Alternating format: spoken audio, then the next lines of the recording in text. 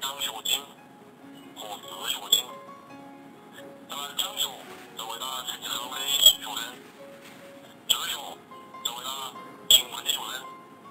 因为我们还是以前的老师也给一定的奖励，是吧？以资金的来源，我们在外工作的，我有自己，但同时我又经常许多家乡企业一跟来赚钱。我们总共是挣了85万，85万，如果光这个本金整不就把它用完，那么我们就将这个本金啊，就有偿的去给我们家乡的企业这个利息，把它分出来给奖励。那么目前的这2年的情况，我们奖学和助学帮助学生，要30多万块钱，这个本金现在也在往上增长，也就是我们每年产生的利息是6万的。同时，在外工作的家乡人和外地企业也还在热血向的更换。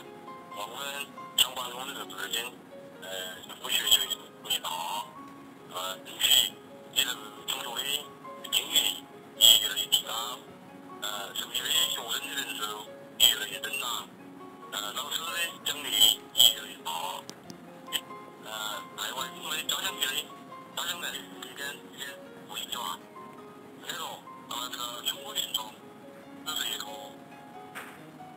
行为，同时，我们也想把这种爱的火炬啊，爱的火啊，也上去啊，爱的火炬啊，应该是传递下去。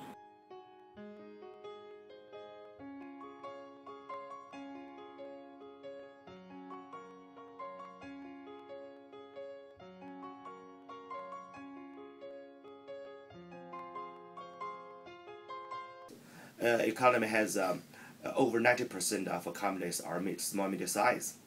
They have a demand for financial support. How can you get money? Okay, one is from bank, and another way is to borrow money from, let's say, underground market, issue your bond, or buy listed in stock exchange. But in China, you have limited possibilities to get money. Only 15% of banks can get bank loans. Most of them, okay, have to find another way. Okay, and in countryside, actually, we know that we have over 600 million populations. For them, well, it's very difficult to borrow money from banks. So this is the demand in China.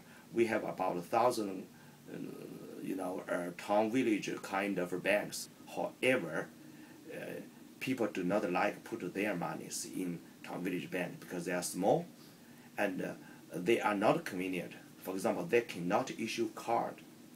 Meanwhile, they are local, so they have limited capital to lend out to support small medium size farmers.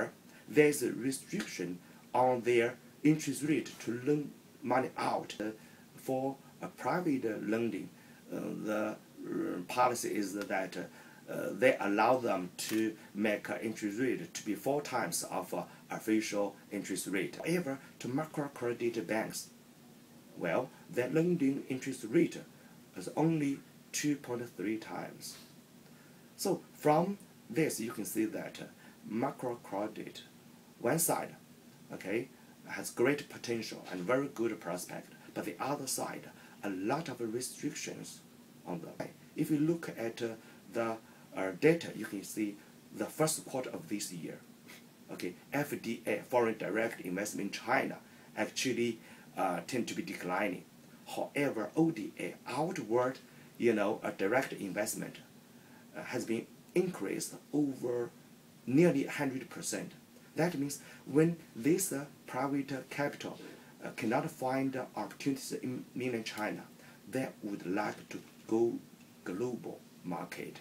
That's why many of this kind of money flow out of China. And from now on, China's economy is taking, we call transformation. Okay, and if we want to realize this target, we have to develop small medium-sized companies.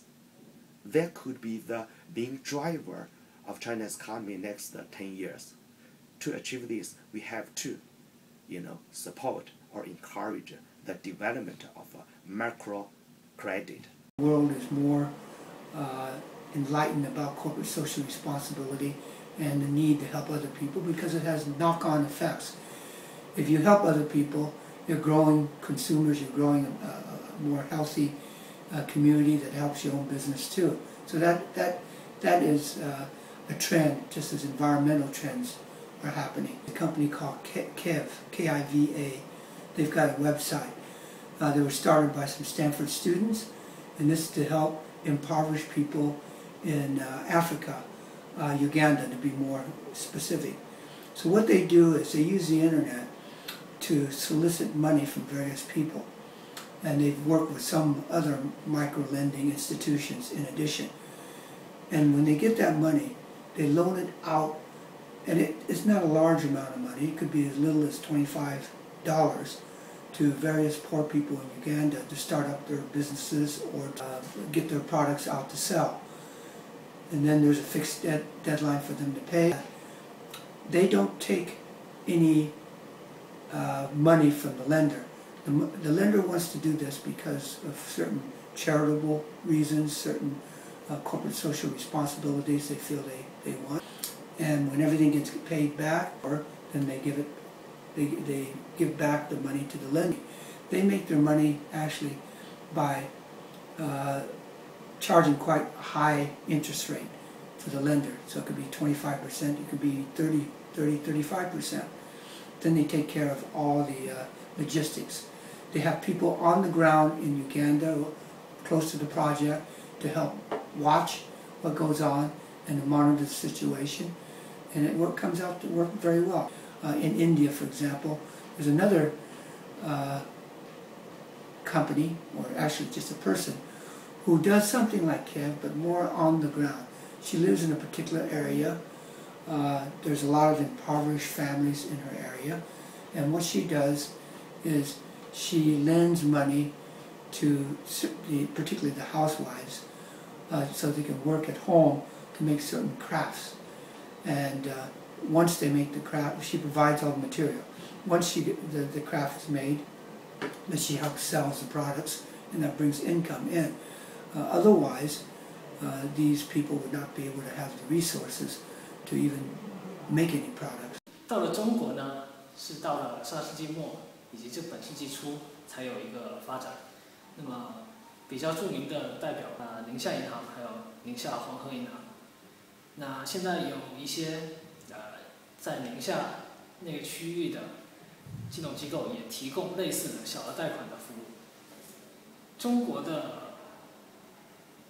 小额信贷跟国外的呢，它的区别一点是在于它的信用方面。信用方面怎么说？像孟加拉乡村银行，它最早给出说无担保、无抵押这样的贷款的形式的时候，它对于信用的保障呢是说有一个联合担保的机制，就是说几个人一起借贷，那么如果有一人先还钱的话，其他人要对此负责，所以他们起到一个相互监督的作用。但是到了中国呢，它早期抱着慈善的理念，就把这个机制取消了，变成纯粹的无担保、无抵押。在它不能解决当下的这个信用问题的时候，它借出去的贷款会有很大一部分变得坏账，这个时候将直接影响到它整个银行的运作，甚至是资金链的断裂，导致直接破产。我本人对于小额信贷这个理念的提出还是比较赞同。我建议现在在中国推行小额贷款的时候，可以参考一下风险投资的做法。